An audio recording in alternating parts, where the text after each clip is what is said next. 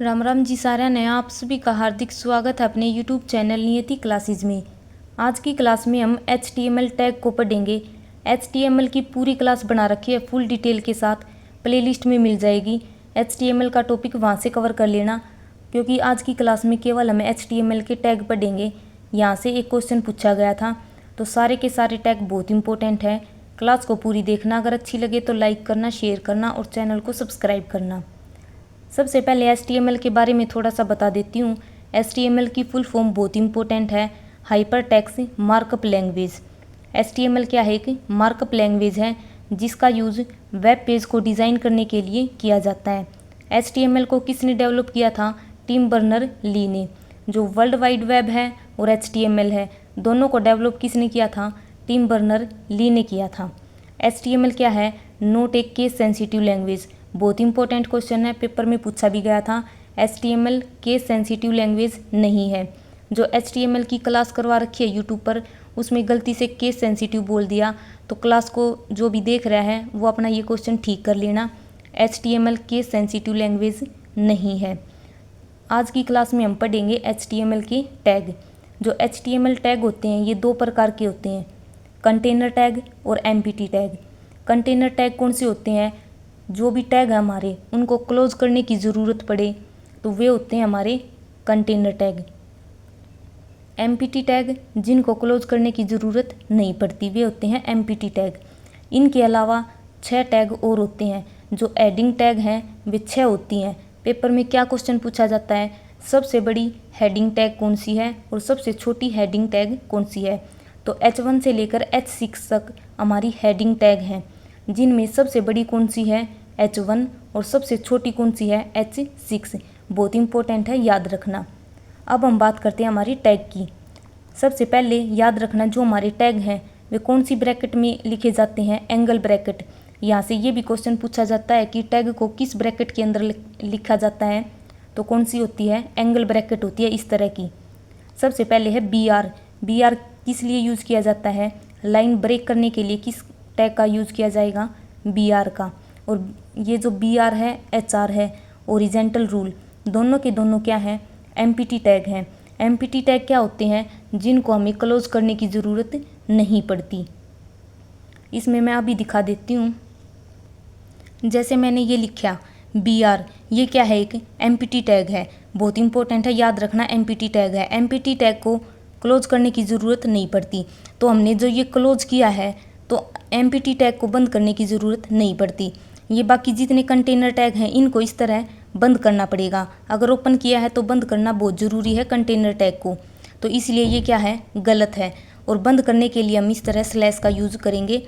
Angle bracket के अंदर हम टैग को लिखते हैं, तो इसको यहाँ पे करने की ज़रूरत नहीं है। HR और BR दोनों क्या हो गए? एम्प्टी टैग हो गए। आगे है A, एंकर टैग। इसका यूज़ किस लिए किया जाता है? हाइपरलिंक को क्रिएट करने के लिए हम किसका यूज़ करते हैं? एंकर टैग का यूज़ करते हैं। एंगल ब्रैकेट है, ये क्या है? एक कंटेनर टैग है और इसको क्लोज करने की ज़रूरत है। जैसे यहाँ पर हम करेंगे A और आगे क्या कर देंगे? क्लोज।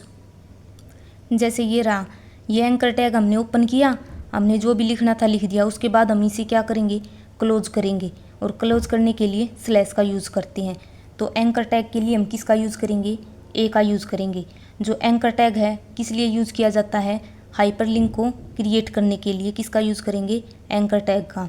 और इसके एट्रीब्यूट भी होते हैं एंकर टैग के, बहुत इंपॉर्टेंट है, पेपर में पूछे जाते हैं। एक तो होता है HREF, एक तो ये वाला टैग होता है। एक होता है P, पैराग्राफ टैग। ये आगे लिख रखा है पैराग्राफ टैग, ये इसी का क्या है? एट्रीब्यूट है। टेबल रो, टेबल डाटा और टेबल हेडिंग, ये आगे आएंगे सारे के सारे टैग, लेकिन बस अभी यहाँ पर बता रही हूँ कि जो एंकर टैग है इसके क्या होते हैं? एट्रीब्यूट होते हैं। आगे है P, पैराग्राफ टैग के लिए किसका यूज़ करेंगे? P का। और ये P क्या है? जो एंकर टैग है इसका एट्रीब्यूट है। एट्रीब्यूट क्या होते हैं? जो हमें एडिशनल इन्फॉर्मेशन दे, वे होते हैं attribute. TR, table row. U, underline. किसी भी वर्ड के नीचे अगर अंडरलाइन करना है तो किसका यूज़ करेंगे? U टैग का यूज़ करेंगे। इस तरह अंडरलाइन करने के लिए हम किसका यूज़ करेंगे? U टैग का। आगे है सुप, SUP। सुप टैग का यूज़ किस लिए करते हैं हम? सुपरस्क्रिप्ट। सुपरस्क्रिप्ट का मतलब क्या होता है, ऊपर पावर लिखना, ये होता है सुपरस्क्रिप्ट। और उसके लिए किस टैग का यूज़ किया जाता है, सुप का यूज़ किया जाता है।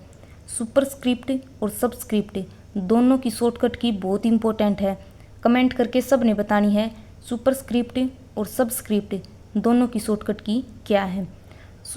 सुपरस्क्रिप्ट तो हो गया पावर को ऊपर लिखना, और सबस्क्रिप्ट क्या हो जाएगा, नीचे लिखना। ये देखो दोनों के एग्जाम्पल, सबस्क्रिप्ट मतलब नीचे लिखना और सुपरस्क्रिप्ट ऊपर लिखना। परी, जो प्री टैग है उसका यूज़ किस लिए करते हैं हम, प्री फॉर्मेटेड टेक्स्ट के लिए करते हैं। प्री फॉर्मेटेड टेक्स्ट का मतलब क्या होता है, एक वर्ड हमने यहाँ पे लिखा, एक यहाँ पे लिखा और एक यहाँ पे लिखा, बिल्कुल एज इट इज़ वे में हमने अगर आउटपुट चाहिए तो हम किस टैग का यूज़ करेंगे, प्री टैग का यूज़ करेंगे। जिस तरह हमने इनपुट दी है उसी तरह अगर हमें आउटपुट चाहिए इसी सीरीज़ में, एक यहाँ पर, एक यहाँ पर, एक यहाँ पर, अगर इसी सीरीज़ में अगर हमें आउटपुट चाहिए है तो हम प्री फॉर्मेटेड टेक्स्ट का यूज़ करेंगे। टीटी का यूज़ किस लिए करेंगे, टेली टाइप के लिए। आगे है टीडी, टीडी का किस लिए यूज़ करते हैं हम, टेबल डाटा के लिए। और टीएच टेबल हेडिंग के लिए। आगे है मार्क टैग, मार्क टैग का यूज़ किस लिए किया जाता है, टेक्स्ट को हाईलाइट करने के लिए मार्क टैग का यूज़ करेंगे। दोनों के दोनों मोस्ट इंपॉर्टेंट है, पेपर में ये वाला पूछा गया था, CPLO का सेकंड पेपर हुआ था जिसमें। जो मार्क्यू टैग है इसका यूज़ किस लिए करते हैं, टेक्स्ट को स्क्रीन पर स्क्रॉल करने के लिए किसका यूज़ करेंगे हम, मार्क्यू टैग का यूज़ करेंगे। और मार्क टैग का यूज़ किस लिए करेंगे, टेक्स्ट को हाईलाइट करने के लिए। दोनों के दोनों बहुत इंपॉर्टेंट है, स्टार लगा लेना। और बाय डिफ़ॉल्ट कौन सा होता है, राइट होता है। जो हम टेक्स्ट को स्क्रीन पर स्क्रॉल करते हैं तो वो कौन सी साइड होता है, बाय डिफ़ॉल्ट मतलब अपने आप राइट साइड होता है। लेकिन अगर हमने लेफ़्ट साइड स्क्रॉल करवाना है तो हम किसका यूज़ करेंगे, मार्क्यू टैग का यूज़ करेंगे अगर हमने टेक्स्ट को स्क्रॉल करवाना है तो। आगे है क्यू टैग, क्यू टैग का यूज़ किस लिए करते हैं, कोटेड फॉर्म के लिए। OL टैग किस लिए यूज़ करते हैं, ऑर्डर्ड लिस्ट। जो हमारी लिस्ट टैग होती है वे दो प्रकार की होती हैं, ऑर्डर्ड लिस्ट, अनऑर्डर्ड लिस्ट। जो ऑर्डर्ड लिस्ट है उसको रिप्रेजेंट करने के लिए हम किस टैग का यूज़ करेंगे, OL टैग का। अनऑर्डर्ड लिस्ट को रिप्रेजेंट करने के लिए UL टैग का यूज़ करेंगे। यहाँ से हमें क्या याद रखना है, जो ऑर्डर्ड लिस्ट है इसको रिप्रेजेंट करने के लिए किस किस का यूज़ करते हैं हम, नंबर का, रोमन का, या फिर कोई भी अल्फ़ाबेट हो। और बाय डिफ़ॉल्ट कौन सा होता है, नंबर होता है। और अनऑर्डर्ड लिस्ट है इसको रिप्रेजेंट करने के लिए हम किसका यूज़ करेंगे, सर्कल हो गया, स्क्वायर हो गया, डिस्क हो गया। तो इनका यूज़ किस लिए करते हैं हम, अनऑर्डर्ड लिस्ट को रिप्रेजेंट करने के लिए। और बाय डिफ़ॉल्ट अनऑर्डर्ड लिस्ट कौन से थे रिप्रेजेंट हुआ करें, डिस्क तय। मैं यहाँ पर लिख देती हूँ, ये बहुत इंपॉर्टेंट है, इनको याद रखना। Order list by default number से मतलब 1 2 3, और या फिर और किसी से कर सकते हैं। अगर हमने नंबर से नहीं करना है तो हम रोमन गिनती होती है वो, या फिर अल्फ़ाबेट से, लेकिन बाय डिफ़ॉल्ट अपने आप नंबर आएंगे। और अनऑर्डर्ड लिस्ट डिस्क के साथ होती है, इस तरह जो बिंदी सी लगी होती है। अगर हमने इसके साथ रिप्रेजेंट नहीं करवाना है तो हम और किसका यूज़ कर सकते हैं, सर्कल या फिर स्क्वेयर। आगे है HTML टैग। HTML टैग क्या होता है, रूट टैग होता है, बहुत इंपॉर्टेंट है, पेपर में पूछा जाता है कि HTML के अंदर रूट कौन सा होता है, HTML टैग होता है। हेड में क्या करते हैं हम, मेटा इन्फॉर्मेशन होती है उसको कहाँ पर लिखते हैं, हेड के अंदर होते हैं। और ये क्या है, कंटेनर टैग हैं, अगर ओपन किया है तो क्लोज करना बहुत ज़रूरी है। बोल्ड करने के लिए हम किसका यूज़ करेंगे, B टैग का। आई इटालिक, जैसे कि टेढ़े मेढ़े अक्षर लिखते हैं उसके लिए क्या होता है, इटालिक। और बोल्ड क्या होता है, अक्षर को थोड़ा सा डार्क लिखना, वो क्या होता है, बोल्ड। बिग टैग का यूज़ किस लिए करते हैं, फ़ॉन्ट का साइज़ को इंक्रीज़ करने के लिए। अगर डिक्रीज़ करना है तो हम किसका यूज़ करेंगे, स्मॉल का। आगे है डिस्क्रिप्टिव लिस्ट। डिस्क्रिप्टिव लिस्ट को रिप्रेजेंट करने के लिए किस टैग का यूज़ करेंगे, DL टैग का। DL टैग के दो एट्रीब्यूट होते हैं, DT और DD।